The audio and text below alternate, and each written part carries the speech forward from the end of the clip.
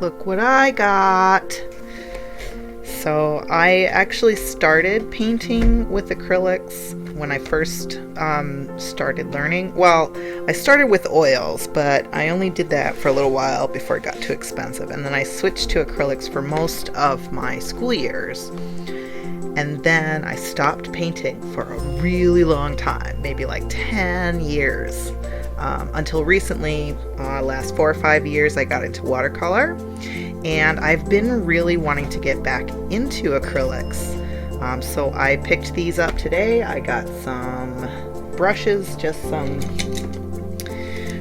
these are Royal and Langnickel. They're just, you know, synthetic nylon, or the golden taklon brushes. They're a little firmer, so I think they'll be good for using with the acrylics.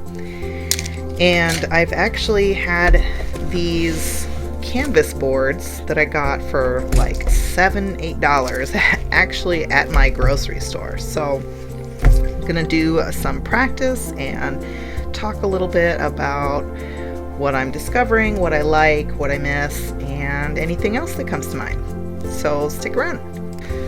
So this pack comes with 24 tubes of the Liquitex acrylic paints. The tubes are 22 ounces, and this is the list of all the colors.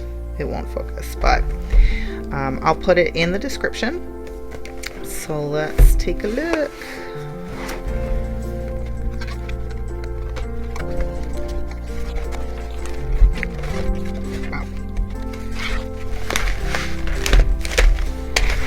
So the colors that I'm really looking for to make sure that are available are obviously a cool and a warm red, and it looks like I've got quite a few.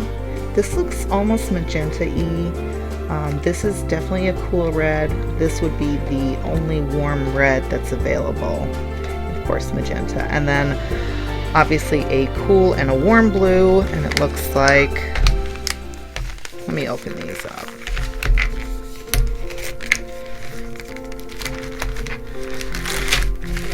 Got quite a selection of blues, which is nice. So the reason I went with the 24-piece set instead of the 6-piece is because I wanted access to warm and cool primaries. That's just how I learn. That's how I paint. I like to mix my own colors, but I find mixing acrylics can be a little difficult, just because they dry so fast, and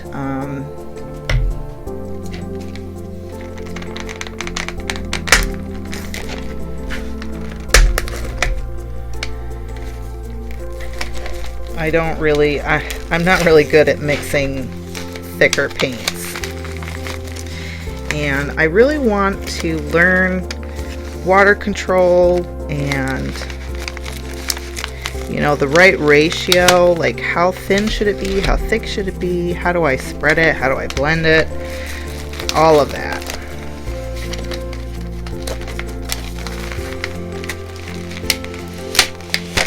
All right. So cool blues. Not sure what their primary blue is supposed to be. It's almost like a cobalt, I would say, but it, you know, it's not quite as deep as their ultramarine, at least based on the tube, and I think that's clear. So that's the actual paint color. Oh, maybe not.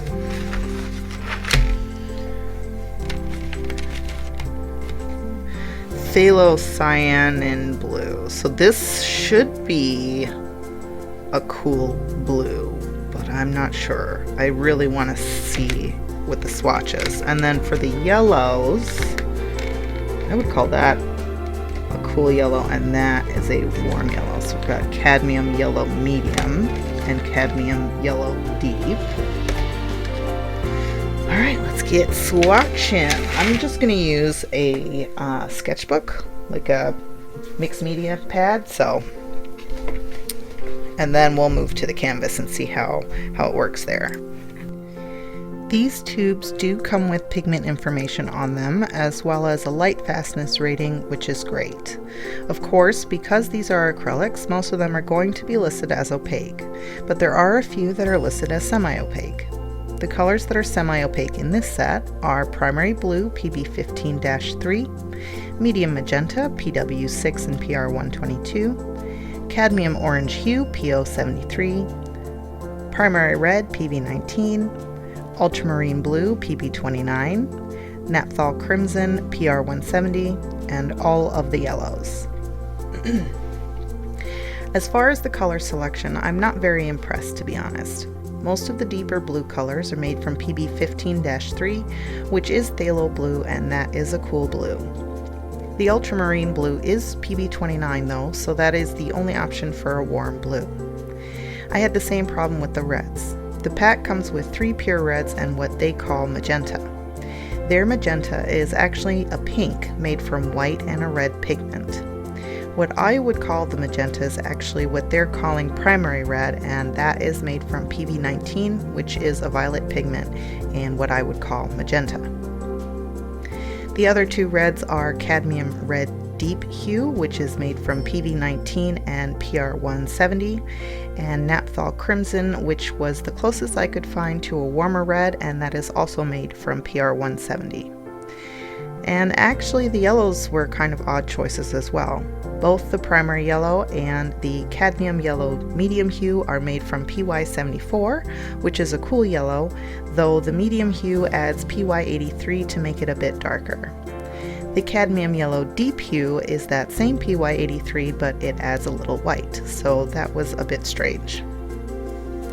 There isn't actually a lot of pigment variation in the primaries, unfortunately, so if you want to create a really usable mixing palette, I think you'd be better off selecting your own individual tubes. However, I do think this set is fantastic if you're just starting out. It was pretty affordable at around $30, and I picked this up from my local craft store, but I did see it available on Amazon as well. The secondary colors available include 3 different greens, 1 orange, 1 purple, 2 blacks, 1 white, 1 cream color, burnt umber, burnt sienna, a light blue, and gold and silver. I quite like the darker green that they're calling Hooker's Green Hue Permanent, and that is made of 3 pigments, PG7, PBK9, and PY74. The 2 black colors are Mars Black PBK11 and Ivory Black PBK9. The Mars Black is much darker and more of a pure black than the Ivory Black, which I would call more of a charcoal color. I use the Mars Black as the pure black, and I use the Ivory Black as a mixing color. I do really like the gold and silver though. They're very opaque and shiny, and I could definitely see myself using these in the future. Part 2 of this video will be posted later this week because I'm still working on the painting, so make sure you're subscribed and you won't miss it. Let me know what you thought of this review in the comments, and if there are any other things you'd want me to test out. If you liked the video, let me know by giving it a thumbs up. Thanks so much for watching, and I'll see you next time.